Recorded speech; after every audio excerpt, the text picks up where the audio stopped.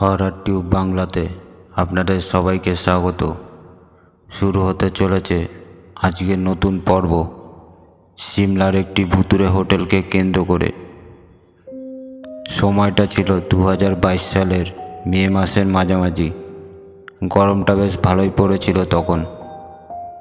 এরই মধ্যে বিজয়, সাগর ও তার স্ত্রী টিনা মিলে সিমলায় ঘুরতে যাওয়ার প্ল্যান করছিল এবং বিজয় একটি অনলাইন সাইটে সিমলার একটি অফবিট হোটেলের সন্ধান পেয়ে সাগর ও টিনাকে দেখায়।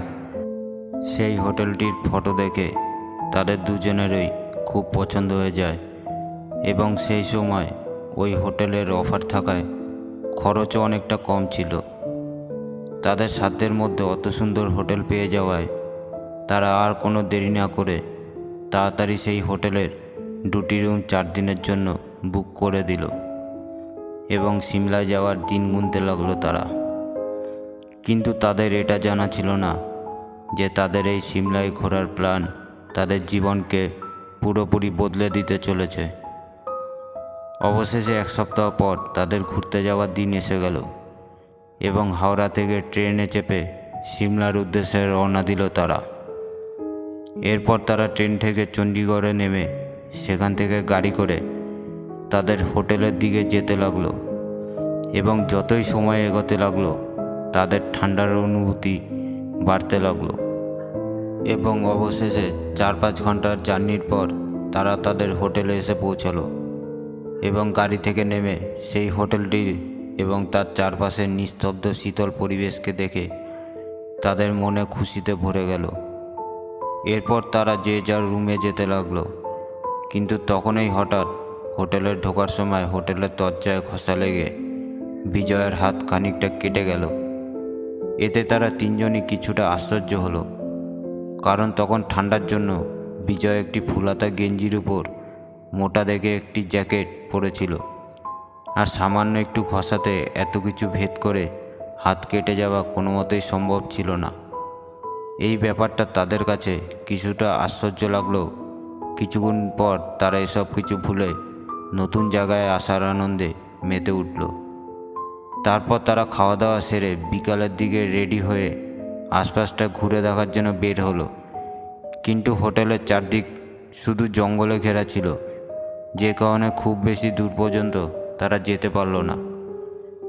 এরপর সন্ধ্যা হয়ে আসায় চারপাশটা যেন ঘন অন্ধকারে ঢেকে যেতে লাগলো এবং তারা তিনজনই তখন তাড়াতাড়ি করে হোটেলের মধ্যে এসে পৌঁছায়। এরপর সারাদিনের জার্নিতে ক্লান্তি হয়ে থাকার ফলে সেদিন রাতে আর দেরি না করে তাড়াতাড়ি করে খেয়ে দিয়ে ঘুমিয়ে পড়ল তারা। কিন্তু সেদিন রাতে বিজয়ের কিছুতেই ঘুম আসছিল না।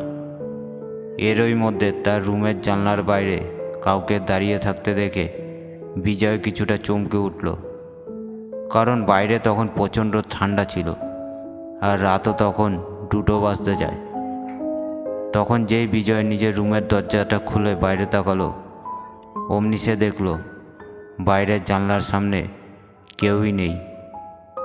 তখন সে এগিয়ে এসে ভালোমতো আশপাশটা খুঁজে দেখতে লাগলো, কিন্তু কাউকেই তার রুমের আশেপাশে দেখতে পেল না।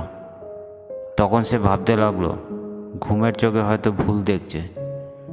তারপর যখন সে তার রুমে ঢুকলো, অমনি সে দেখলো তার বিছানার পাশে পচা গলা অবস্থায় একটি মেয়ে দাঁড়িয়ে রয়েছে। তা দেখে ভয়ে বিজয় চিৎকার দিয়ে ওঠে এবং সাথে সাথে অজ্ঞান হয়ে মেঝেতে পড়ে যায়। পরদিন সকালে যখন সাগর ও টিনা বিজয়কে ডাকতে আসে, তখন রুমের ভিতর মেঝেতে বিজয়কে পড়ে থাকতে দেখে সাথে সাথে তারা বিজয়ের চোখে মুখে জলের ছিটা দেয় এবং বিজয়ের জ্ঞান ফিরিয়ে আনে।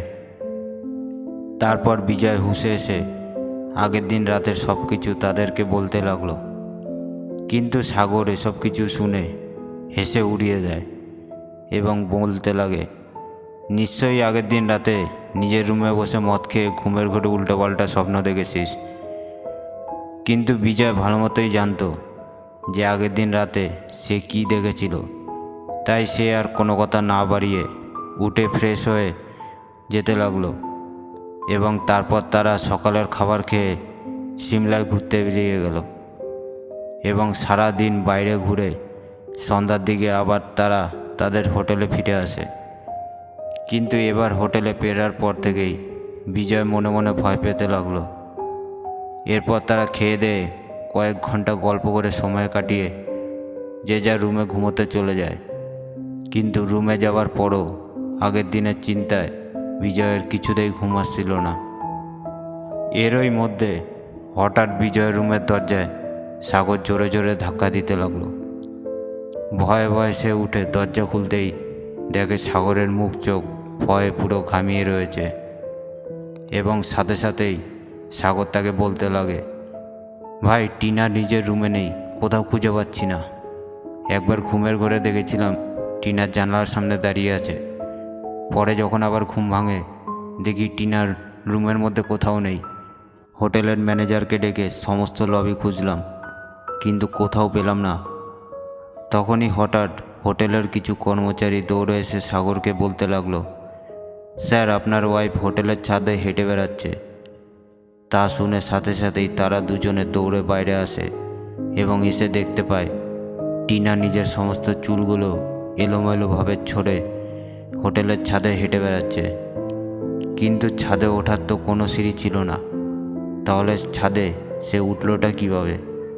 এসব ভাবতে ভাবতেই হঠাৎ টিনা ছাদ থেকে লাফ দিয়ে নিচে পড়ে যায় এবং সাথে সাথে তারা গিয়ে দেখে সেই 3 তলা ছাদ থেকে পড়ে টিনা মারা গিয়েছে। কিন্তু তারা সবাই টিনাকে দেখে সাথে ভয়ও পাচ্ছিল, কারণ টিনার ডেড বডিতে কোনো চোখ ছিল না এবং সাথে তার জিভটিও ছিল না।